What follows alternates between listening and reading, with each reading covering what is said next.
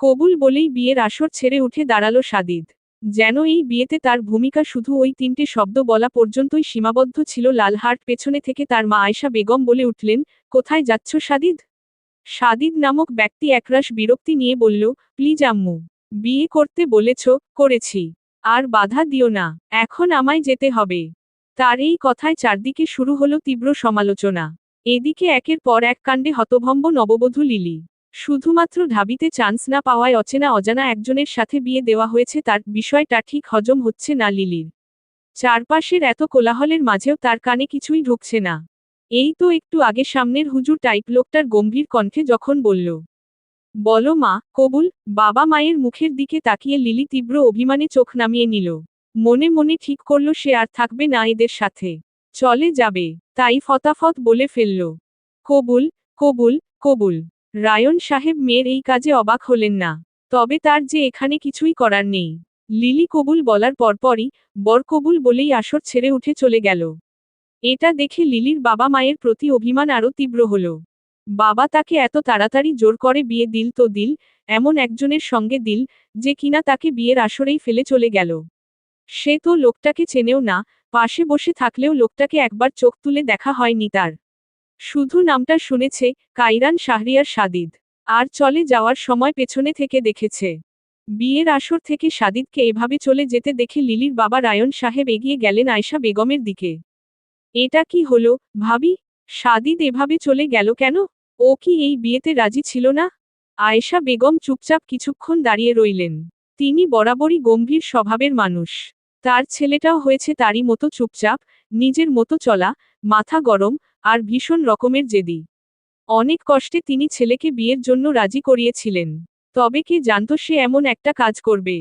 তবুও নিজেকে দ্রুত সামলে নিয়ে বললেন, এসব নিয়ে ভাববেন না, লিলি এখন আমাদের বাড়ির বউ। ওকে আমি নিজের মেয়ের মতোই দেখব। সাদিদ হয়তো একটু জেদি, তবে খারাপ ছেলে নয়। নিজের দায়িত্বে সে অবহেলা করবে না। সবকিছু হঠাৎই গতি পেল। বিদায়ের আয়োজন শুরু হয়ে গেল। লিলি বুঝে ওঠার আগেই সবার ভিড়, আলতো কান্না, ঝাপসা আলো সব মিলিয়ে কেমন একটা ঘোরের মধ্যে পড়ে গেল সে।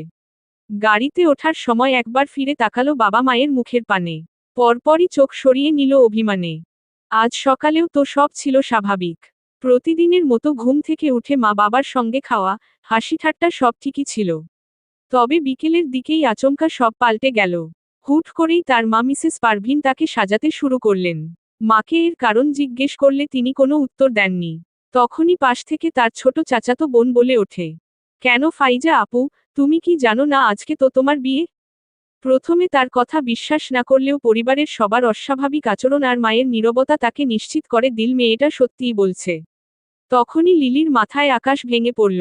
নিজের আকস্মিক বিয়ের কথা শোনার পর যখন বাবা মাকে বোঝাতে চাইল সে এই বিয়ে করতে চায় না, তখন তার বাবা একটা কথাই বলেছিলেন, ঢাবিতে তো চান্স পাওনি, তাই বিয়ে দিয়ে দিচ্ছি। তোমার আর পড়াশোনা করতে হবে না।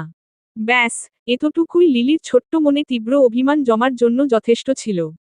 লিলির পুরো নাম ফাইজা মুনতাহা লিলি।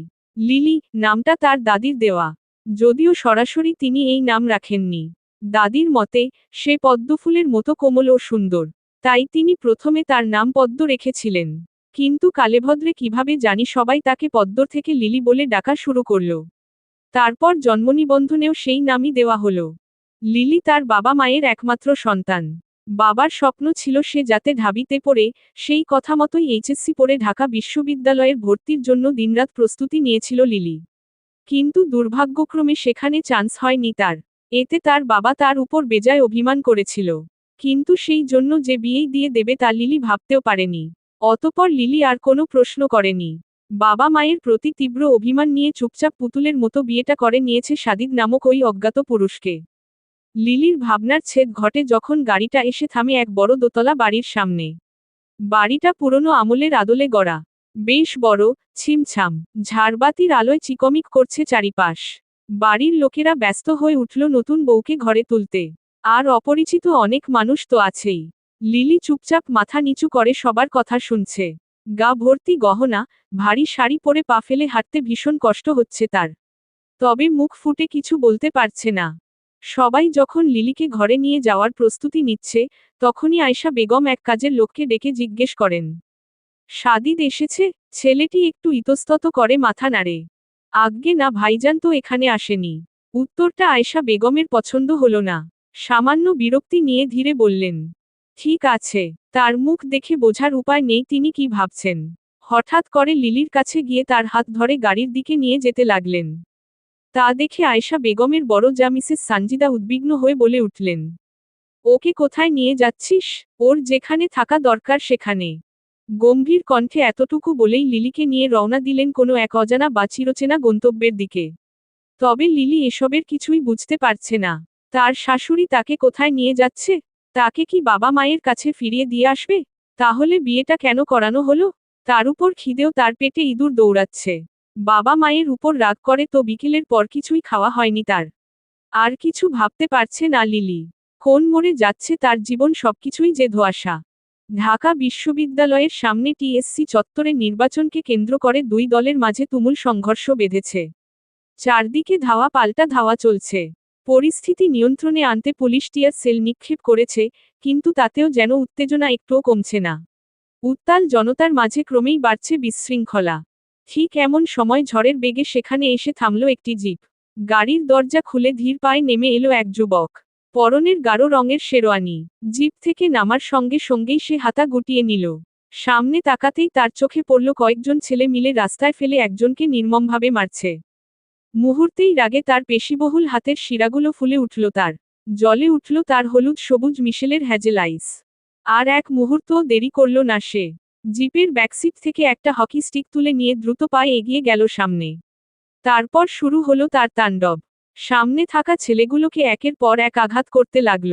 হকি স্টিকের আঘাতে একসময় ছেলেগুলো রক্তাক্ত হয়ে মাটিতে লুটিয়ে পড়ল। এতক্ষণ মার খাওয়া ছেলেটা কোনোমতে উঠে দাঁড়িয়ে হাঁপাতে হাঁপাতে বলল, ভাই, আমরা তো শান্তিপূর্ণভাবেই সমাবেশ করছিলাম। ওরাই এসে ঝামেলা বাঁধিয়েছে। পুরুষটি কিছু বলল না, শুধু বড় বড় শ্বাস নিতে লাগল, যেন নিজের ভেতরের আগুনটাকে কোনোমতে দমিয়ে রাখার চেষ্টা করছে। ঠিক তখনই দূর থেকে লাঠি হাতে দৌড়ে এলো আরেকটা ছেলে। কাছে এসেই হাঁপাতে হাঁপাতে বলল, আজকের দিনে তুই কেন আসতে গেলি, সাদিদ? আমি সবটা সামলে নিতাম। গম্ভীর কণ্ঠে চিৎকার করে উঠল সাদিদ। Shut up, idiot! কখন এই ঝামেলা শুরু হয়েছে? তোরা থাকতে কেন বাহিরের মানুষের কাছ থেকে আমায় এই খবর জানতে হবে? আরিফ চুপ করে সাদিদের কথাগুলো নিঃশব্দে গিলে নিল। আজ সাদিদের বিয়ে ছিল। এমন দিনে কি আর তাকে ডাকা যায়? তাই ম্লান কণ্ঠে সে বলল, আজ তো তোর বিয়ে ছিল, তাই। কথা শেষ করতে না দিতেই সাদিদ আবার কঠিন গলায় বলে উঠল, ডোন্ট সে দ্যাট। আম্মুর ছেলের বউয়ের দরকার ছিল, দিয়ে দিয়েছি। ব্যাস। এছাড়া ওই মেয়ের আমার জীবনে কোনো জায়গা নেই। দের অল দ্য সেম। কথা শেষ করেই সে আবার ভিড়ের ভেতর ঢুকে গেল। তাকে সামনে আসতে দেখে অনেকেই পালিয়ে গেছে। তবুও যারা রয়ে গেছে, তাদের ওপর ঝাঁপিয়ে পড়ল সাদিদ। একের পর এক তাদের বেধড়ক পেটাতে লাগল। কে জানে কোথাকার কোন রাগ, কোন যন্ত্রণা সে আজ এভাবে ঝাড়ছে। আরিফ দূর থেকে তাকিয়ে রইল তার দিকে। পাশেই আহত অবস্থায় বসে থাকা হাসান ধীরে ধীরে বলল, ভাই, কি এখনো তাকে ভুলতে পারেনি? আরিফ নিঃশব্দে হাসানের কাঁধে হাত রাখল। তারপর গভীর, হতাশ কণ্ঠে বলল, তাকে নয়, তার করা কাজটাকে ভুলতে পারেনি। এক দীর্ঘ, ক্লান্তিকর রাতের অবসানে পর গাড়িটা এসে থামল এক ডুপ্লেক্স বাড়ির সামনে। প্রথম আলোর স্পর্শে যেন নতুন করে জেগে উঠল চারপাশটা। বাড়ির বাগান জুড়ে ছড়িয়ে আছে এক অপার্থিব সৌন্দর্য। সুচারুভাবে ছাটা গাছপালা, বাহারি ফুলে মোড়া সরু পথ, আর সবকিছু মিলিয়ে যেন এক শান্ত, নির্মল রাজপ্রাসাদের আবহ। গাড়ির শব্দ পেতেই গেটের পাশে দাঁড়ানো দারোয়ানটি তৎক্ষণাৎ দৌড়ে এসে গেট খুলে দিল। ভেতরটা তখন নিস্তব্ধ, কেবল দূর থেকে কোথাও পাখির ডাক ভেসে আসছে মাঝে মধ্যে। গাড়ির পেছনের সিটে ঘুমিয়ে আছে লিলি।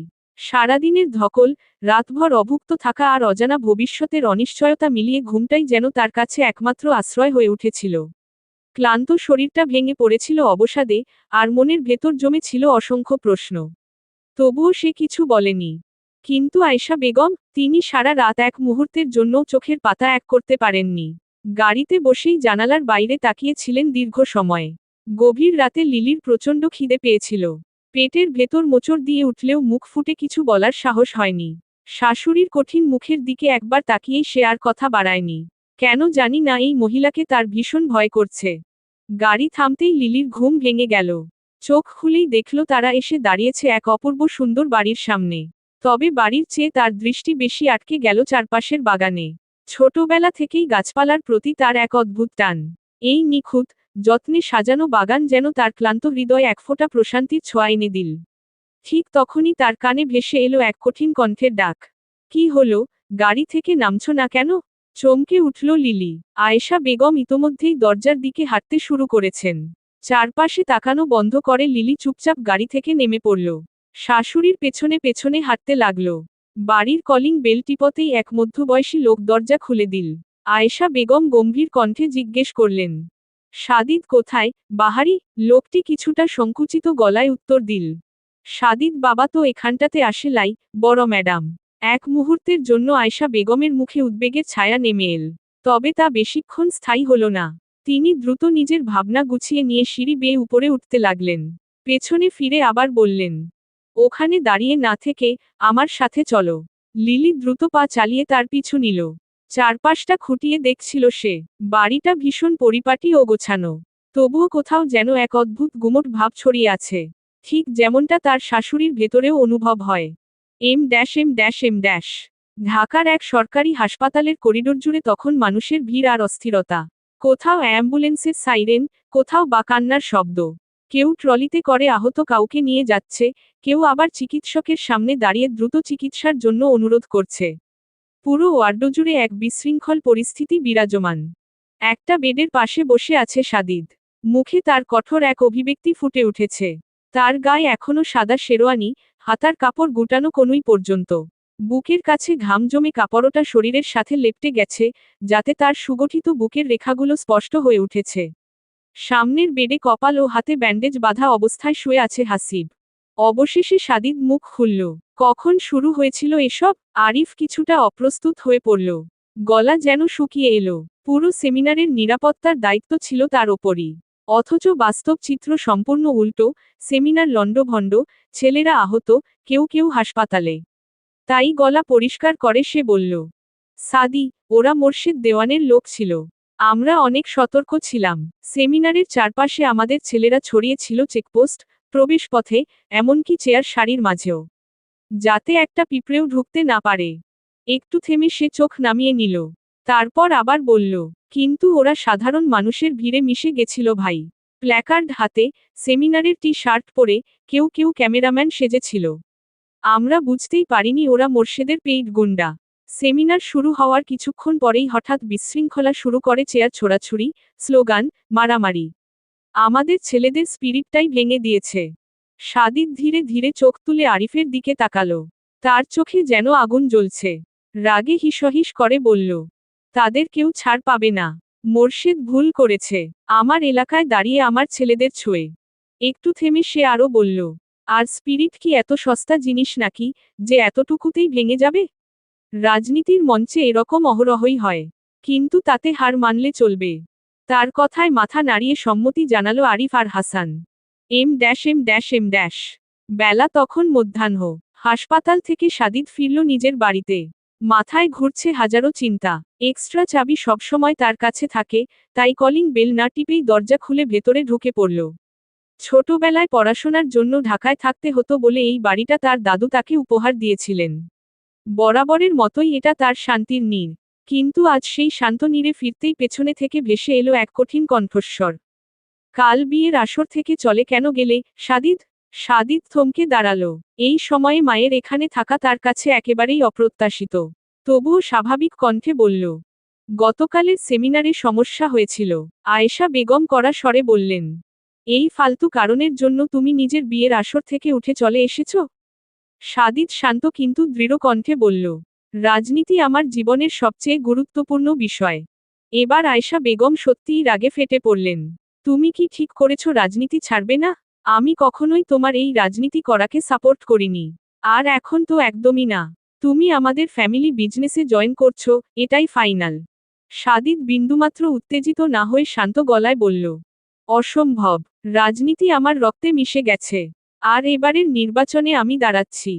এই বলে সে নিজের রুমের দিকে এগোতেই পেছনে থেকে আবার শোনা গেল তার মায়ের তেজি কণ্ঠ, রাজনীতি, রাজনীতি, রাজনীতি। এই পথে ধ্বংস ছাড়া কিছুই পাবে না তুমি সাদিদ। একদিন এই রাজনীতি তোমাকে নিঃস্ব করে দেবে। মায়ের কথায় থামল না সে। নিজের রুমে ঢুকে দরজা বন্ধ করে পেছনে ঘুরতেই ওয়াশরুম থেকে বেরিয়ে এলো এক রমণী, যাকে দেখে সাদিদ চরম বিরক্তি নিয়ে বলল, এই মেয়ে আমার রুমে কি করছো তুমি?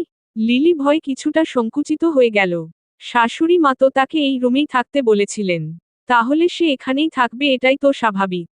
এদিকে লিলি চুপ করে থাকায় সাদিদ গম্ভীর কণ্ঠে বলল, বাড়িতে আরও অনেক রুম আছে, যেটাতে ইচ্ছে গিয়ে থাকো, তবে আমার রুমের আশেপাশেও আর আসবে না। লিলি পিটপিট করে তাকিয়ে রইল তার দিকে। লোকটা দেখতে মাশাআল্লাহ, কিন্তু ব্যবহার আস্তাগফিরুল্লাহ। মেয়েটাকে নিজের দিকে তাকিয়ে থাকতে দেখে সাদিদ বিরক্ত হয়ে শব্দ করল। তারপর হাত ধরে টেনে লিলিকে ঘরের বাইরে বের করে দিল। শাড়িতে পা জড়িয়ে পড়ে যেতে যেতে কোনোরকমে নিজেকে সামলে নিল লিলি। পরক্ষণেই তার মুখের সামনে দরজাটা ধপ করে বন্ধ করে দিল সাদিদ। কিছুক্ষণ হতভম্ব হয়ে দাঁড়িয়ে রইল সে। এই লোক তার সাথে এমন আচরণ করছে কেন? একটু পরে রাগে ফুঁসতে ফুঁসতে বলল, খারুস, অসভ্য লোক, অভিশাপ দিলাম জীবনে তোর বিয়ে হবে না। আর যদি হয়ও, তাহলে হবে একটা পেতনির সাথে। বাসর রাতেই সে তোর ঘাড় মটকে দেবে। পরক্ষণেই হঠাৎ কিছু মনে পড়তেই চমকে উঠল। তওবা তওবা, ওই খারুসটার বউ তো আমিই। ঠিক তখনই আচমকা খুলে গেল সাদিদের ঘরের দরজা। সেখানে বিরক্ত মুখে দাঁড়িয়ে আছে সাদিদ। লিলিও আহাম্মক হয়ে তাকিয়ে রইল তার পানে। সাদিদ দাঁত চেপে বলল, বলা শেষ, এখন আমার রুমের সামনে থেকে দূর হও ইডিয়েট। শেষের কথাটা চেঁচিয়ে বলায় লিলি ভয় পেয়ে এক হাতে শাড়ি সামলে দ্রুত হাঁটতে শুরু করল। কিন্তু চুলের ভেজা পানি মেঝেতে পড়ে জায়গাটা পিচ্ছিল হয়েছিল। পা ফেলতেই ধপ করে পড়ে গেল সে। ও মাগো, আমার কোমরটা শেষ। সাদিদ সবই দেখল, কিন্তু সাহায্য করার বদলে আবারও লিলির মুখের উপর দরজা বন্ধ করে দিল। শব্দে কেঁপে উঠল লিলি। সে ভেবেছিল লোকটা হয়তো সাহায্য করবে, কিন্তু না, এই লোকটা সত্যিই একটা বজ্জাত। এদিকে তার চিৎকার শুনে ছুটে এলো বাহারি। কি হইছে বৌমনি, আপনি ফরে গেলেন কেমনে? লোকটা বাঙালি নয়, তবে দীর্ঘদিন বাঙালিদের সঙ্গে থাকতে থাকতে বেশ ভালোই বাংলা রপ্ত করেছে। তার কথা শুনে লিলি কিছুটা লজ্জা পেল। মুখে বলল, ভারী কাকা, আমাকে একটু তুলবেন? বাহারি হকচকিয়ে বলল, আজ্ঞে বৌমনি, আমার নাম তো বাহারি। লিলি নির্বিকার ভঙ্গিতে বলল, সেটাই তো বললাম ভারী কাকা। বাহারি পুরোপুরি বিভ্রান্ত হয়ে গেল। তবুও লিলিকে ধরে তুলল। উঠে দাঁড়িয়ে লিলি কোমরে হাত দিয়ে আহাজারি শুরু করল, আহা, আমার এত সুন্দর কোমরটাই বুঝি ভেঙে গেল রে। বাহারি উদ্বিগ্ন হয়ে বলল, আমি গিয়ে বড় ম্যাডামকে ডেকে নিয়ে আসি। আপনি দাঁড়ান বৌমনি। বাহারি চলে যেতেই লিলি একবার তাকালো সাদিদের ঘরের বন্ধ দরজার দিকে। মনে মনে ভাবল, লোকটা যদি তাকে মেনেই না নেয়, তাহলে বিয়ে করল কেন? উন্মাদের মতো বসার কক্ষের জিনিসপত্র ছোড়াছুড়ি করছে এক শ্বেতাঙ্গ যুবক। তার উন্মত্ত আচরণ দেখে উপস্থিত কেউই তাকে থামাতে এগিয়ে যাওয়ার সাহস পাচ্ছে না। একের পর এক জিনিস ছুঁড়ে মারছে সে, আর বিকট স্বরে চিৎকার করছে, মানি না এই বিয়ে, কিছুতেই মানি না। ব্লুবেরি শুধু আমার, শুধুই আমার। আ বলেই হঠাৎ সোফার সামনে রাখা সেন্টার টেবিলটি হাতে তুলে সজোরে উল্টে দিল সে। ঠিক তার সামনের সোফাতেই নির্বিকার চিত্তে বসে আছেন রায়ান সাহেব। এই ছেলেটির উন্মত্ততা থেকে মেয়েকে বাঁচাতেই তো তিনি এত তাড়াহুড়ো করে লিলির বিয়ে দিয়েছেন। ছেলেটি লিলির খালাতো ভাই, মিসেস পারভিনের বড় বোনের ছেলে। তারা সপরিবারে লন্ডনে বসবাস করেন। ঘটনার সূত্রপাত হয় আজ থেকে ঠিক 6 বছর আগে। সেবার মিসেস পারভিনের বড় বোন পারুল, তার স্বামী ইহসান শেখ এবং তাদের একমাত্র ছেলে ইহরান শেখ সপরিবারে বেড়াতে এসেছিলেন বোনের বাড়িতে। তখন লিলি সবে 14 বছরে পা দেওয়া এক কিশোরী। আর ইহরান বিশ্ববিদ্যালয়ে পড়ুয়া এক তাগড়া যুবক। সেই সফরেই কিভাবে যেন লিলিকে ভীষণভাবে পছন্দ হয়ে যায় ইহরানের। পছন্দ ধীরে ধীরে এক ধরনের পাগলামোতে পরিণত হয়। এক পর্যায়ে ছেলের এই একগুঁয়ে আবদারে অতিষ্ঠ হয়ে মিসেস পারুল বিয়ের প্রস্তাব দেন। কিন্তু রায়ান সাহেব কিছুতেই এত অল্প বয়সে মেয়ের বিয়ে দিতে রাজি হলেন না। তার উপর সেই সুদূর বিদেশে একমাত্র সন্তানকে পাঠানোর ব্যাপারেও তিনি সম্পূর্ণ অনাগ্রহী ছিলেন। কিন্তু তার এই সিদ্ধান্ত মেনে নিতে পারেনি ইহরান। ছোটবেলা থেকেই সে ভীষণ একরোখা স্বভাবের। যা তার পছন্দ, তা সে যে কোনো মূল্যে পেতে চায়। সেদিনও আজকের মতোই উন্মত্ত আচরণ শুরু করেছিল সে। আদরের ছেলের এমন অবস্থা দেখে ইহসান শেখ বহু বুঝিয়ে সুঝিয়ে রায়ান সাহেবকে শান্ত করার চেষ্টা করেন। শেষমেশ রায়ান সাহেব বলেন, বিয়ে দেবেন, তবে এখন নয়। লিলি বড় হলে। আর সেই সময়ের মধ্যে ইহরান একবারও লিলির সামনে আসতে পারবে না। ইহরান এতে প্রথমে মোটেই রাজি হয়নি। কিন্তু বাবার অনুরোধ ও বোঝানোর কাছে শেষ পর্যন্ত নত স্বীকার করেছিল। যদিও আড়ালে আবডালে লিলির খোঁজ ঠিকই রাখত সে। এই বিষয়টি অবশ্য রায়ান সাহেবের দৃষ্টিগোচর হয়নি। তবে তিনিও চুপ ছিলেন, কারণ তার মনে তখন অন্য এক পরিকল্পনা চলছিল। এদিকে নিজের এলোমেলো চুলগুলো মাথার পেছনে ঠেলে দিয়ে ইহরান হিসহিসিয়ে বলল, আপনি কি ভেবেছেন বিয়ে দিয়ে দিলেই ব্লুবেরির কাছ থেকে আমাকে দূরে রাখতে পারবেন? তাহলে আপনি ভুল ভাবছেন। 10 বাচ্চার মা হয়ে গেলেও ব্লুবেরিকে আমি আমার কাছে নিয়ে আসবই। রায়ান সাহেব শান্ত কণ্ঠে বললেন, তোমার কি মনে হয় তুমি পদ্মাকে নিয়ে আসতে চাইবে আর তার স্বামী স্বেচ্ছায় তাকে তোমার হাতে তুলে দেবে? তার স্বামী, এই দুটি শব্দ তীরের মতো গিয়ে বিঁধল ইহরানের বুকে। সে ছাড়া অন্য কেউ তার ব্লুবেরির স্বামী, এই চিন্তাটুকুই তার নিঃশ্বাস আটকে দিচ্ছে। হঠাৎই সে নিজের গায়ের কালো শার্টের ওপরের কয়েকটি বোতাম টেনে ছিঁড়ে ফেলল। এক হাতে নিজের চুল শক্ত করে ধরে ঘরের ভেতর পায়চারি করে অস্ফুট স্বরে কিছু বিড়বিড় করতে লাগল। তার এই ভয়ঙ্কর রূপ দেখে মিসেস পারভিনের গলা শুকিয়ে আসছে।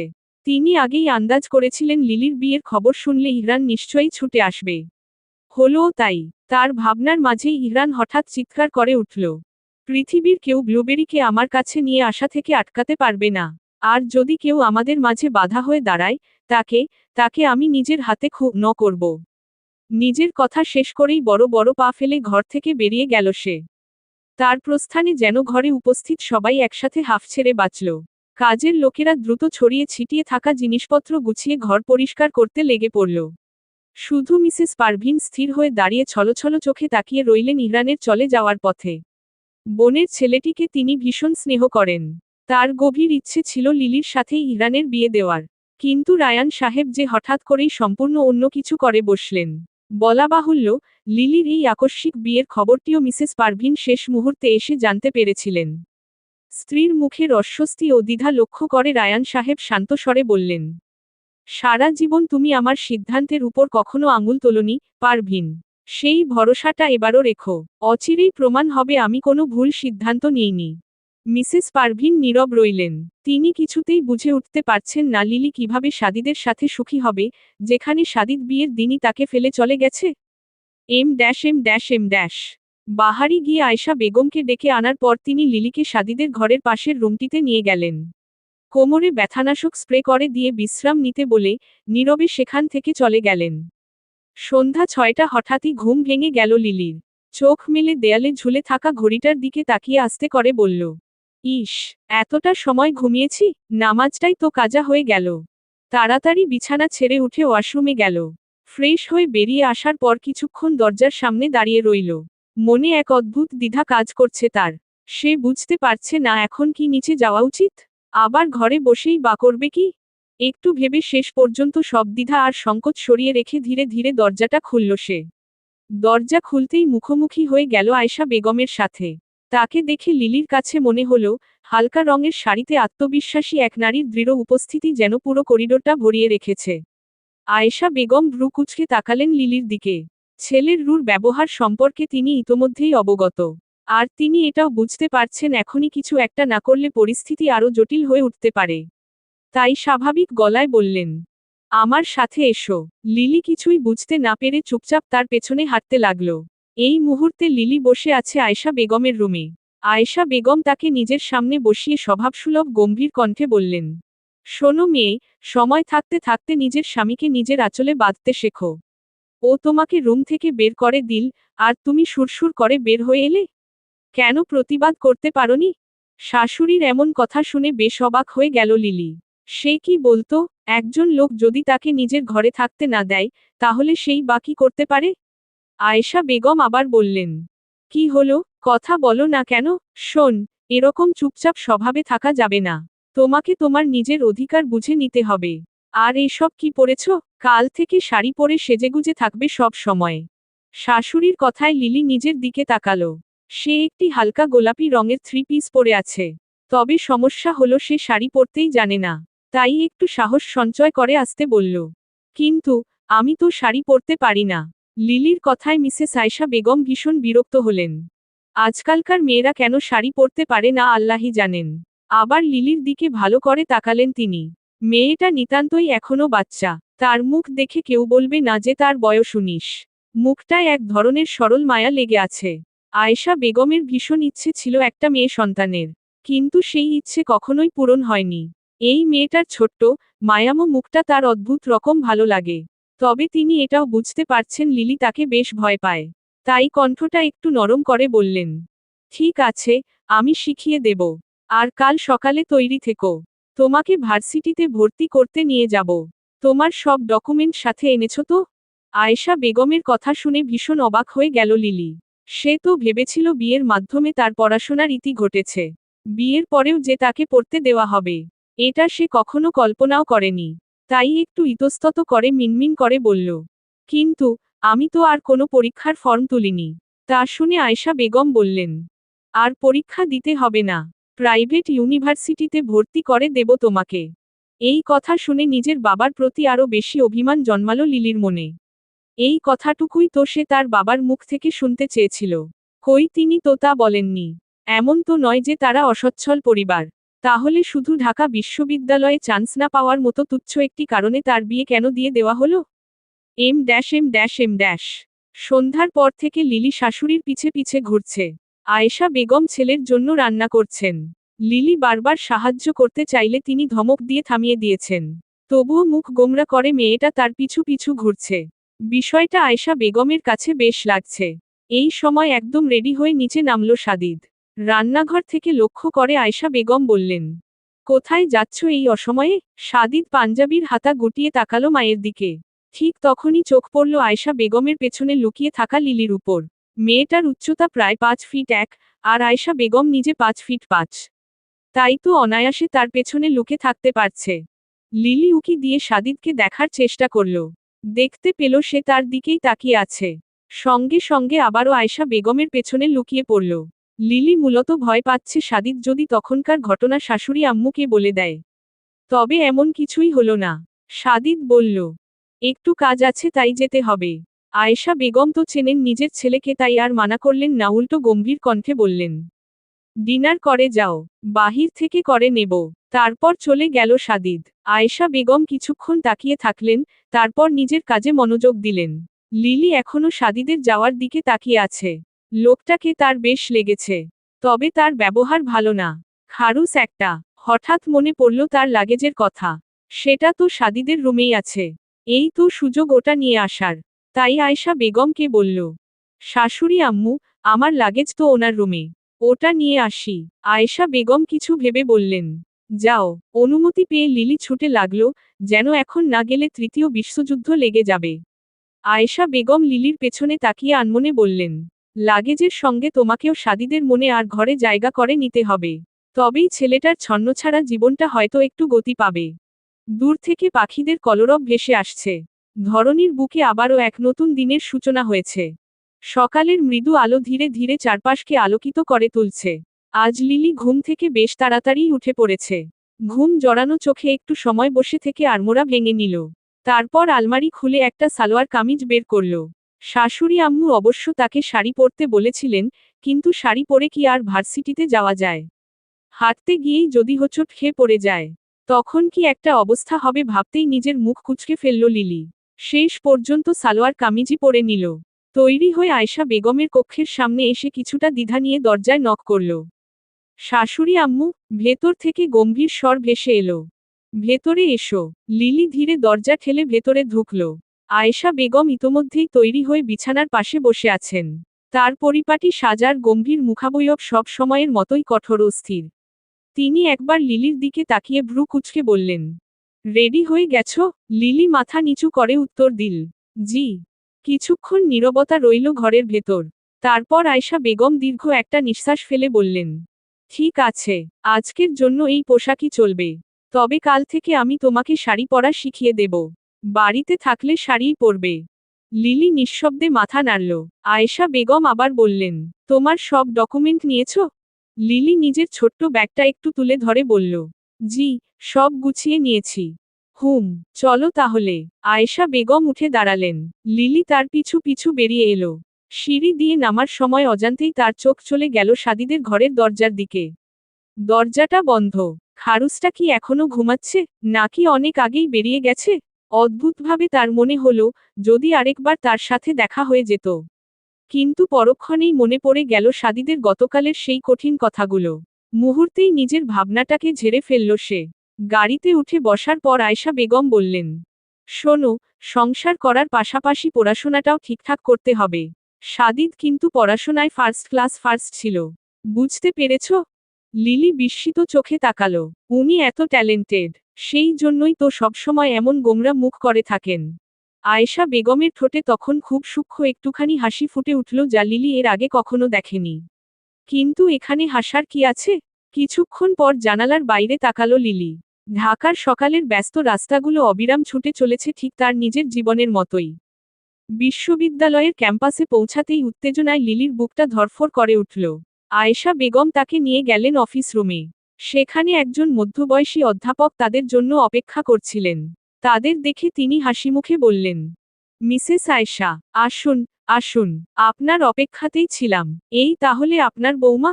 আয়েশা বেগম মাথা নেড়ে বললেন, হ্যাঁ, এ হলো লিলি, ফাইজা মুনতাহা লিলি। এরপর কিছুক্ষণ কথাবার্তা আর প্রয়োজনীয় কাগজপত্রের আনুষ্ঠানিকতা শেষে লিলির ভর্তি প্রক্রিয়া সম্পন্ন হল। সবশেষে দুজন ক্যাম্পাস থেকে বের হয়ে গাড়ির দিকে হাঁটতে লাগলেন। গাড়ি যখন বিশ্ববিদ্যালয় এলাকা পেরিয়ে কিছুটা দূরে এগিয়ে গেছে, তখন হঠাৎ লিলির চোখ পড়ল রাস্তার অপর পাশে একটি বড় বিল্ডিংয়ের সামনে টাঙানো সাইনবোর্ডে, ইউথ ফর চেঞ্জ, ন্যায় ও উন্নয়নের পথে। লিলির দৃষ্টি অজান্তেই স্থির হয়ে গেল লেখাটার ওপর। ঠিক তখনই বিল্ডিংয়ের সামনে একটা কালো গাড়ি এসে থামল। সেখান থেকে নেমে এল একজন মানুষ, লম্বা দেহ, চোখে কালো সানগ্লাস, মুখে মাস্ক। কেন যেন লিলির বুকের ভেতরটা হঠাৎ কেঁপে উঠল। লোকটাকে অনেকটা মিস্টার খারুসের মতো লাগছে, কিন্তু দূর থেকে ঠিকমতো বোঝা যাচ্ছে না। সে ধীরে আয়েশা বেগমের দিকে তাকিয়ে জিজ্ঞেস করল, শাশুড়ি আম্মু, ওটা কিসের অফিস? আয়েশা বেগম একবার ব্যানারের দিকে তাকালেন। তারপর দ্রুত চোখ ফিরিয়ে নিয়ে বললেন, ওটা রাজনীতির অফিস। এসব নিয়ে তোমার মাথা ঘামানোর দরকার নেই। লিলি আর কিছু বলল না, কিন্তু তার মনে এক অদ্ভুত কৌতূহল জন্ম নিল। সে আবার জানালার বাইরে তাকালো। লম্বা মানুষটা ততক্ষণে অফিসের ভেতরে ঢুকে গেছে। এম ড্যাশ পার্টি অফিসে। আজ কিছুটা দেরিতেই পার্টি অফিসে ঢুকল সাদিদ। সাধারণত সময়ের ব্যাপারে সে খুবই পাংচুয়াল, কিন্তু আজ অজান্তেই কিছু সময় নষ্ট হয়ে গেছে। অফিসে ঢুকতেই দেখল রাশেদ কিছু কাগজপত্র গোছাচ্ছে। হাসানের অনুপস্থিতিতে এই দায়িত্ব এখন তার ওপরই এসে পড়েছে। তখনই দরজা ঠেলে ভেতরে ঢুকল ক্লান্ত আরিফ। তাকে দেখে সাদিদ জিজ্ঞেস করল, হাসান কেমন আছে? আরিফ ঢুলতে ঢুলতে এসে সোফার ওপর শটান শুয়ে পড়ল। তার শরীর যেন আর চলছেই না। সারা রাত হাসপাতালেই কাটিয়েছে সে, যদিও সাদিদও তার সঙ্গেই ছিল। ভালোই আছে, কয়েকদিনের মধ্যে ডিসচার্জ হয়ে যাবে। এসব বাদ দে, বল, ভাবির সাথে দেখা করাবি কবে? সেমিনারের জন্য তো তোর বিয়েতেই খেতে পারলাম না। এক মুহূর্তেই সাদিদের মুখভঙ্গি গম্ভীর হয়ে গেল। দাঁতে দাঁত চেপে বলল, এইসব ফালতু আবদার আমার সামনে আর করবি না। আরিফ নাটকীয়ভাবে উঠে বসে বুকের ওপর হাত রেখে বলল, আমার ভাবি, আমার বন্ধুর বউ, তার সঙ্গে দেখা করতে চাওয়া ফালতু আবদার? তুই কি লজ্জা পাচ্ছিস, নাকি ভাবিকে লুকিয়ে রাখতে চাস? একটু থেমে হেসে আবার বলল, লুকিয়ে রেখে লাভ নেই। আমি সেই মহিয়সী নারীকে দেখতে চাই, যে তোর মতো পাষাণ পুরুষকে বিয়ে করে নিজের জীবন ধ্বংস করেছে। সাদিদ বিরক্ত হয়ে বলল, আরিফ, আমার অনেক কাজ আছে। কাজের কথা থাকলে বল, না হলে ফোট। আরে, সব সময় কাজ কাজ করলে তোর বউ ভাববে তুই নিরামিষ তখন। কথা শেষ হওয়ার আগেই সাদিদ চেয়ার থেকে উঠে দাঁড়ালো। দৃশ্যটা দেখেই আরিফ এক লাফে দরজার কাছে গিয়ে বলল, কুল কুল সাদি মামা কুল। এত হাইপার হোস না। যাচ্ছি তো আমি, আর আসব না। একেবারে ভাবির চাঁদমুখ দর্শন করতেই তোর বাড়িতে পদার্পণ করিব। ইয়ে মেরা বাচন হ্যায় ওর মেরা বাচন হি হে শাশ্বস। এরপর আর বাকিটা বলা হলো না, কারণ সাদিদকে এগিয়ে আসতে দেখেই সে দৌড় লাগিয়েছে। সাদিদ চোখ বন্ধ করে কপালে হাত রেখে ধীরে ধীরে নিজের মাথা ম্যাসাজ করে রাগটা সংযত করার চেষ্টা করছে। হঠাৎ তার বন্ধ চোখের পাতায় ভেসে উঠল এক দৃশ্য। আয়েশা বেগমের পেছনে থেকে উকি দিয়ে তাকে দেখছে লিলি। ফট করে চোখ খুলল সাদিদ। কি এক মুসিবত, এই মেয়ে কেন তার মাথায় ঘুরছে? প্রথমে মেয়েটাকে সে একেবারেই সাধাসিধে ভেবেছিল, কিন্তু গতকালের অভিশাপের ঘটনার পর বুঝেছে এই মেয়ে আরিফের চেয়েও বড় বিচ্ছু। এদিকে আরিফ বাহিরে গিয়ে হেসে উঠল। অবশেষে সাদিদকে মুভ অন করানোর একটা উপায় পাওয়া গেছে। না, খুব তাড়াতাড়ি মেয়েটার সাথে দেখা করতে হবে আরিফকে। তাকে কিছু টিপস দিতে হবে যাতে সেই গোমরামুখকে বাগে আনতে পারে। M-M-M-। বিয়ের দ্বিতীয় দিনেই স্বামীর তিলে তিলে গড়া সুন্দর ফুলের বাগানের যত্ন নিচ্ছে তার প্রাণপ্রিয়া স্ত্রী। মনে মনে এই হেডলাইনটা ভেবেই একগাল হাসল লিলি। তার পাশেই ভয়ে ভয়ে দাঁড়িয়ে আছে বাহারি। সাদিদ নিজের বাগানে অন্য কারো উপস্থিতি একেবারেই সহ্য করতে পারে না। এমনকি বাহারিকেও ঢুকতে দেয় না। নিজেই সব গাছের যত্ন নেয়। হ্যালো ভারী কাকা, হ্যালো, শুনতে পাচ্ছেন? অন্যমনস্ক বাহারির মুখের সামনে হাত নাড়িয়ে কথাগুলো বলছে লিলি। সে বুঝতে পারছে না ভারী কাকা নোস্টফোনের মতো হ্যাং হয়ে আছে কেন। লিলির এহেন আচরণে নিজের ভাবনার জগৎ থেকে বেরিয়ে এলো বাহারি। তড়িঘড়ি করে বলল, কি হইছে বৌমনি? লিলি হাফ ছেড়ে বলল, যাক, অবশেষে আপনি ফিরে এসেছেন। আমি তো কতক্ষণ ধরে বলছি পানির লাইনটা দিন। বাহারি দ্বিধাভরে বলল, বলছি কি বৌমনি, বাগানে ফানি লা দিলেই কি লয়? লিলি আত্মবিশ্বাসী গলায় বলল, কেন হবে না, আমি শাশুড়ি আম্মুকে বলেই এসেছি। তাই ওই খারুসকে ভয় পাওয়ার প্রশ্নই ওঠে না। সে আমাদের একটা চুলো বাঁকা করতে পারবে না। পেছনে থেকে হঠাৎ একটি গম্ভীর কণ্ঠ ভেসে এলো। ও হাইসি। ইয়াপ, এইটা তো খারুসটার কণ্ঠ, কিন্তু সে। কথা শেষ হওয়ার আগেই পেছনে তাকিয়ে দেখল সাদিদ দাঁড়িয়ে আছে। বাহারি ততক্ষণে লিলিকে একা রেখে চুপিসারে পালিয়েছে। অগত্যা লিলি মুখে জোরপূর্বক হাসি ঝুলিয়ে বলল, হে হে, আসলে ইয়ে মানে হয়েছে কি? রাগে সাদিদের চোখ লাল হয়ে গেছে। নিজের ব্যক্তিগত জিনিসে কারো হস্তক্ষেপ সে পছন্দ করে না। আর এই বাগানে তো একেবারেই না। তুমি এখানে কি করছো, স্টুপিড? তার গম্ভীর কণ্ঠে কেঁপে উঠল লিলি। আমতা আমতা করে বলল, ওই, আপনার বাগানে ইয়া বড় বড় পোকা এসেছিল। তাই শাশুড়ি আম্মু সেগুলো তাড়ানোর গুরুদায়িত্ব আমাকে দিয়েছেন। হোয়াট? লিলি ঢোক গিলে বলল, ওয়াট ফোয়াট নয়, সত্যি কথা। সাদিদ অনেক কষ্টে নিজের রাগ সংযত করে বলল, জাস্ট গেট লস্ট, আর যেন তোমাকে আমার জিনিসের আশেপাশে না দেখি। কথাটা ভীষণ গায়ে লাগলো লিলির। তাই সাদিদের সামনেই সে এক সাংঘাতিক কাজ করে বসল। হলুদ গোলাপের গাছ থেকে ফতাফত ৩-৪টা গোলাপ ছিঁড়ে নিয়ে বলল, ১০১ বার আসবো। সাদিদ লিলির কথা শোনেনি। তার দৃষ্টি আটকে আছে লিলির হাতে ধরা ছেঁড়া গোলাপগুলোর দিকে। হঠাৎ ঝড়ের বেগে এগিয়ে এসে লিলির গাল চেপে ধরে হিসহিসিয়ে বলল, বিয়ে করেছি মানে এই নয় যে তোমাকে বউয়ের মর্যাদা দিয়েছি। তাই বেশি অধিকার দেখাতে এসো না জানে মেরে ফেলব। গালের ব্যথায় লিলি সাদিদের বুকে কিল ঘুষি মারতে লাগল। অবশেষে সাদিদ তাকে ছেড়ে দিল। ছলছল চোখে লিলি বলল, আমি শাশুড়ি আম্মুকে বলে দেব আপনি আমাকে মেরেছেন। অসভ্য লোক। কথা শেষ করেই দৌড়ে বাড়ির ভেতরে চলে গেল। তার গালটা এখনো ব্যথায় টনটন করছে। হাত থেকে গোলাপগুলো অনেক আগেই পড়ে গেছে। সাদিদ কিছুক্ষণ স্থির হয়ে সেই গোলাপগুলোর দিকে তাকিয়ে রইল। তারপর বিরক্তিতে নিজের স্পাইক করা চুলে হাত চালিয়ে গাড়ির দিকে হাঁটা দিল। আজ কাজ তাড়াতাড়ি শেষ হয়েছিল বলেই বাড়ি এসেছিল। কিন্তু এখন আর ভেতরে যাওয়ার ইচ্ছে নেই। সবকিছুই কেমন অসহ্য লাগছে। কেন সবসময় এমনটা তার সাথেই হয়? সে তো এসব কিছুই চায়নি। বহমান সময় কারো জন্য অপেক্ষা করে না। মাঝে কেটে গেছে 3টে দিন। এই 3 দিনে লিলি সাদিদের মুখোমুখি হয়েছে হাতেগোনা কয়েকবার মাত্র। সেদিনের ঘটনাটিও সে আর আয়শা বেগমকে জানায়নি। আজকের সন্ধ্যাটা লিলির জন্য যেন একটু বেশিই গুমোট। না, বাইরের আকাশে কোনো মেঘ জমেনি, তবু ঘরের ভেতরের আবহাওয়ায় যেন এক অদৃশ্য গুমোট ভাব জমে উঠেছে। কারণ আজ আয়শা বেগম ফিরে যাচ্ছেন রাজশাহী। যেহেতু সাদিদ শুধু ঢাকার ব্যবসাগুলোই সামলায়, তাই রাজশাহী সহ পরিবারের অন্যান্য ব্যবসার দায়িত্ব মূলত থাকে আয়শা বেগমের কাঁধেই। তার ওপর এখন আবার সাদিদ নির্বাচনে দাঁড়াচ্ছে। আশা করা যায়, এই ব্যস্ততার মাঝেও সে অন্তত ব্যবসার দায়িত্ব থেকে নিজেকে পুরোপুরি সরিয়ে নেবে না এতটুকু ভরসা তো করাই যায়। কিন্তু আয়শা বেগমের এই চলে যাওয়া লিলি কিছুতেই মেনে নিতে পারছে না। তার কণ্ঠে অবুঝ শিশুর আবদারের সুর ভেসে ওঠে। সে আকুল হয়ে বলে ওঠে, আমি আপনার সাথে যেতে চাই, শাশুড়ি আম্মু। বারবার একই কথা শুনে বিরক্ত হয়ে আয়শা বেগম গম্ভীর কণ্ঠে বলে উঠলেন, দেখো মেয়ে, আর একবার যদি তুমি এই বাড়ি থেকে যাওয়ার কথা বলো, তাহলে সংসার আর পড়াশোনা দুটোই হারাবে। আমি জানি, তুমি হয়তো ওকে ভয় পাও। কিন্তু ভয় পেয়ে দূরে সরে গেলে সবই হারাবে। ওর বাহ্যিক রূপের আবরণের আড়ালে যে মানুষটা লুকিয়ে আছে, তাকে জানার চেষ্টা করো। তারপর বিদায়ের সেই আবেগঘন মুহূর্তে তিনি লিলিকে দিয়ে গেলেন একগুচ্ছ উপদেশ। এই অল্প কয়েকদিনেই আয়শা বেগম বুঝে গেছেন লিলি চঞ্চল, প্রাণবন্ত এক মেয়ে। আর তার দৃঢ় বিশ্বাস, এই মেয়েটিলাই একদিন পারবে তার গাম্ভীর্যে মোড়া ছেলেটাকে সত্যিকারের সংসারী করে তুলতে। এখন শুধু সময়ের অপেক্ষা। আয়েশা বেগমের চলে যাওয়া লিলির মনে এক অদ্ভুত অপূর্ণ শূন্যতার জন্ম দিল। এই কয়েকদিনেই তিনি হয়ে উঠেছিলেন তার আপনজনের মতো। আর তার থেকেও বড় কথা, এখন এই বিশাল বাড়িতে তাকে থাকতে হবে ওই খারুস, অসভ্য লোকটার সঙ্গেই। তবুও শাশুড়ির বলা কথাগুলো মনে করে লিলি মনে মনে এক দৃঢ় সিদ্ধান্ত নিল। এই স্বামী নামক আসামিকে সে একদিন জব্দ করেই ছাড়বে। এম। রান্না জিনিসটা লিলি ভালোই পারে। এক প্রকার শখের বসেই এটা শেখা তার। তবে এই শখ যে আজ এভাবে কাজে লেগে যাবে, তা কি আর বোকা লিলি জানত। শাশুড়ি না থাকায় আজ সাদিদের জন্য সে নিজেই রান্না করেছে। আয়েশা বেগম এই দিনেই তাকে সাদিদের পছন্দসই খাবারগুলো রান্না করা শিখিয়ে দিয়েছেন। যদিও লিলির মতে ওগুলোকে ঠিক রান্না বলা যায় না। ঘাসপাতা সেদ্ধকে আবার রান্না বলে নাকি?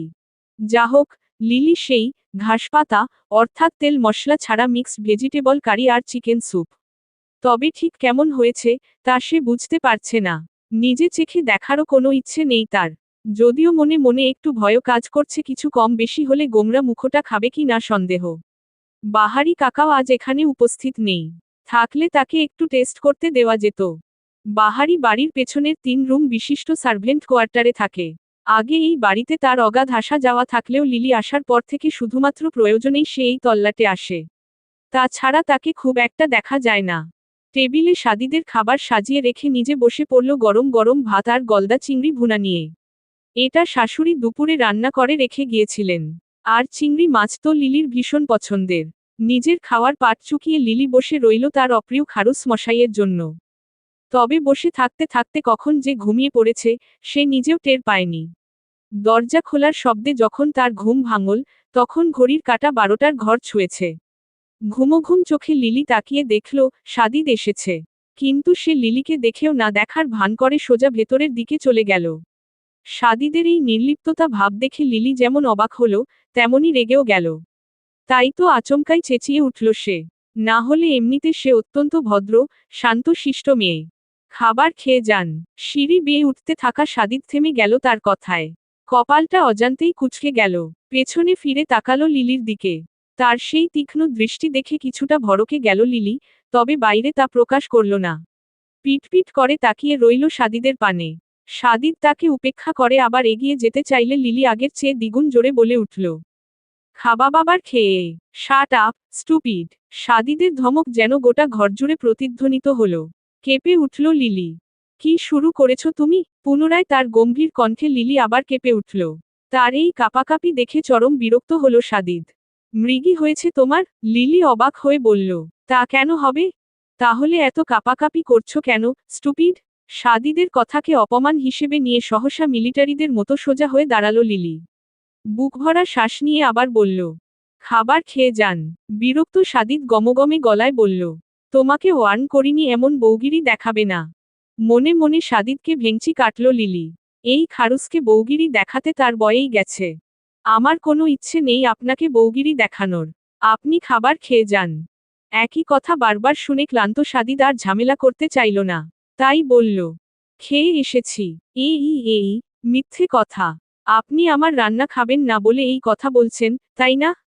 বুঝেছ যখন, তাহলে এত বকবক করছো কেন? আমার কোনো শখ নেই আপনার সাথে কথা বলার। নেহাতি শাশুড়ি আম্মু বলেছে তাই। সাদিদ তাকে ইগনোর করে চলে যেতে চাইল। সারাদিন এমনিতেই প্রচুর ধকল গেছে তার ওপর দিয়ে। এখন তার দরকার একটু বিশ্রাম। আর সেখানে এই মেয়ে বকবক করে তার মাথা খাচ্ছে। সাদিদকে চলে যেতে দেখে লিলি আবার বলে উঠল, আপনি যদি না খান, তাহলে আমি মাইক লাগিয়ে বলে বেরাব। আপনি আমাকে মেরেছেন। শাশুড়ি আম্মুকেও বলে দেব। সবাইকে বলে দেব। কিন্তু তার কথায় কোনো পাত্তা না দিয়ে হনহন করে নিজের কক্ষে চলে গেল সাদিদ। লিলির এবার সত্যিই তার ওপর অভিমান হলো। সে কত কষ্ট করে রান্না করলো, একটু খেলে কি এমন ক্ষতি হতো? এম। রাত কেটে নতুন দিনের আলো ফুটে উঠেছে। লিলি ফজরের নামাজ আদায় করার পর আর ঘুমোতে পারেনি। উত্তেজনায় তার চোখে ঘুমই আসেনি। আজ যে তার ভার্সিটিতে প্রথম দিন। তাই সকাল সকাল তৈরি হয়ে ডাইনিং টেবিলে বসে আছে সে। নিজের হাতেই বানিয়েছে রুটি আর সবজি। সকালে আর সাদিদের জন্য আলাদা করে রান্না করেনি সে। সবকিছু ঠিকঠাকই আছে, তবে একটা সমস্যা থেকেই যাচ্ছে। আজ তাকে ভার্সিটিতে নিয়ে যাবে কে? শাশুড়ি আম্মুও তো নেই। আর রইল সাদিদ, সে কি আর লিলিকে নিয়ে যাবে? ঠিক সেই সময় সিঁড়ি বেয়ে নিচে নামল সাদিদ। পরনে ফর্মাল ড্রেস, হাতে রোলেক্সের ঘড়ি, চুলগুলো জেল দিয়ে সুন্দর করে সেট করা, সব মিলিয়ে একদম পারফেক্ট জেন্টলম্যান। না চাইতেও আর চোখে কয়েকবার তার দিকে তাকালো লিলি। সাদিদ বরাবরের মতো লিলিকে এড়িয়ে গিয়ে চুপচাপ ডাইনিং টেবিলে বসে গম্ভীর গলায় ডাক দিল, বাহারি কাকা। কিছুক্ষণের মধ্যেই বাহারি কাকা ছুটে এলেন। কি হয়েছে সাদিদ বাবা, আমার ব্রেকফাস্ট কোথায়? আমি এক্ষুনি নিয়ে আসছি। এরই মধ্যে বাহারি কাকা এনে দিল অ্যাভোকাডো, সালাদ আর সবুজ রঙের জুস। কিসের জুস কে জানে? লিলি একবার চোখ ঘুরিয়ে দেখে নাক সিটকালো, এগুলো আবার কেউ খায় নাকি? একেবারে অখাদ্য, ছি। খাওয়া শেষ করে সাদিদ যখন উঠে যাচ্ছিল, তখন হঠাৎ লিলি বলে উঠল, আজ আমার ভার্সিটির প্রথম দিন। সাদিদ ফিরে তাকিয়ে শান্ত কণ্ঠে বলল, তো? ভীষণ রাগ হলো লিলির, তবুও নিজেকে শান্ত রেখে বলল, আমাকে একটু পৌঁছে দেবেন? সাদিদ নির্লিপ্ততার স্বরে বলল, ড্রাইভারকে বলে দিচ্ছি, সে তোমাকে পৌঁছে দেবে। লিলি ঝট করে বলে উঠল, শাশুড়ি আম্মু কাল ফোন করে বলেছে আপনি যদি আমাকে না দিয়ে আসেন, তাহলে যেন তাকে বলে দিই। যাই, আগে শাশুড়ি আম্মুকে বলে আসি। এই বলে লিলি ধীরে ধীরে উঠে দাঁড়িয়ে নিজের ব্যাগ থেকে ফোন বের করল। সাদিদ তার দিকে কড়া দৃষ্টিতে তাকিয়ে আছে। বাই এনি চান্স, এই মেয়ে কি কাল রাত থেকেই তাকে ব্ল্যাকমেইল করছে? এদিকে লিলি আপন মনে তখনও বকবক করে যাচ্ছে, ইসস, যদি ড্রাইভার গাড়ি চালানোর সময় অ্যাক্সিডেন্ট করে ফেলে, তাহলে আমার কি হবে? এত কম বয়সে আমি মরে গেলে পৃথিবীর কত বড় ক্ষতি হয়ে যাবে, বুঝতে পারছেন বাহারি কাকা? থাক, আগে শাশুড়ি আম্মুকেই বলি। লিলির যুক্তিহীন কথায় বিরক্ত হলো সাদিদ। তর্ক করার মতো সময় বা ইচ্ছা, কোনোটাই আজ তার নেই। অফিসে গুরুত্বপূর্ণ মিটিং আছে, তারপর আবার পার্টি অফিসেও যেতে হবে। তাই বিরক্ত হয়ে সামনে এগোতে এগোতে বিড়বিড় করে বলল, ড্রামা কুইন, স্টুপিড একটা। এদিকে লিলি সঙ্গে সঙ্গেই বলে উঠল, কি বললেন? আমাকে সঙ্গে যেতে? আহা, তার কি দরকার? আমি তো ড্রাইভারের সাথেই যেতে পারতাম। যা হোক, আপনি এত করে যেহেতু বলছেন তাহলে না হয় আপনার সাথেই যাই। চড়া গলায় কথাগুলো বলে সাদিদের পিছু পিছু দৌড়াতে শুরু করল লিলি। সাদিদ গাড়ির ড্রাইভিং সিটে বসে পড়তেই লিলি গিয়ে বসে পড়ল তার পাশের সিটে। কোনো কথা না বলে গাড়ি চালাতে শুরু করল সাদিদ। লিলি কিছুক্ষণ তার দিকে তাকিয়ে থেকে জানালার বাইরে চোখ ফেরাল। বাইরের যানজটভরা দৃশ্যটা আজ তার কাছে অদ্ভুত সুন্দর লাগছে। হঠাৎ সিগন্যাল এসে গাড়ি থেমে গেল। সাদিদের মুখে ফুটে উঠল বিরক্তির ছাপ। ঠিক তখনই তার চোখ গিয়ে পড়ল ফুটপাতে দাঁড়িয়ে থাকা এক দম্পতির দিকে। মেয়েটা ফুল চাইতেন, ছেলেটা পাশের দোকান থেকে একগুচ্ছ ফুল কিনে এনে মেয়েটার হাতে ধরিয়ে দিল। চোখের সামনে এই দৃশ্যটা হঠাৎ করেই সাদিদকে মনে করিয়ে দিল তার অতীতের এক স্মৃতিকে। স্মৃতির পাতায় গোলাপি গোলাপ সৌন্দর্য, প্রশংসা ও বন্ধুত্বের প্রতীক। সাদা গোলাপ শুদ্ধতা, শান্তির প্রতীক। হলুদ গোলাপ বন্ধুত্বের প্রতীক। আর লাল? সাদিদের প্রশ্নে মেয়েটা হেসে বলল, ভালোবাসার প্রতীক। কিন্তু আমার লাল গোলাপ পছন্দ নয়। সাদিদ মেয়েটার কথায় সামান্য হেসে ফুলের তোড়া থেকে লাল গোলাপগুলো সরিয়ে বলল, এই জন্যই তুমি সবার থেকে ব্যতিক্রম। থুতনিতে হাত ঠেকিয়ে মেয়েটা বলল, ব্যতিক্রম জিনিস কিন্তু খুব সহজেই হারিয়ে যায়, কাইরান সাহেব। হারাতে চাইছো নাকি? মেয়েটা উচ্চস্বরে হেসে উঠল। তারপর বলল, হারাবো তো বটেই, তবে তার আগে আপনার মনের সব ভালোবাসা নিংড়ে নিয়ে যাব, যাতে এই হৃদয় আর কখনো অন্য কাউকে ভালোবাসতে না পারে। তীব্র হর্নের শব্দে ভেঙে গেল সাদিদের স্মৃতির ঘোর। সিগন্যাল ছাড়ার অনেকক্ষণ পরেও গাড়ি না চলায় পেছনের গাড়িগুলো হর্ন দিতে শুরু করেছে। সাদিদের মুখে কোনো প্রতিক্রিয়া নেই দেখে লিলি পাশ থেকে বলল, আপনি ঠিক আছেন? সাদিদ শুধু একটা দীর্ঘশ্বাস ফেলে আবার গাড়ি চালু করল। লিলি চুপচাপ বসে রইল। সাদিদের চোখে লুকিয়ে থাকা স্মৃতির ধারা সে দেখতে পেল না। এক অজানা অথবা জানা যাত্রাপথে দুই ভিন্ন পৃথিবীর মানুষ পাশাপাশি বসা সত্ত্বেও কত দূরত্বই না তাদের মাঝে বিদ্যমান।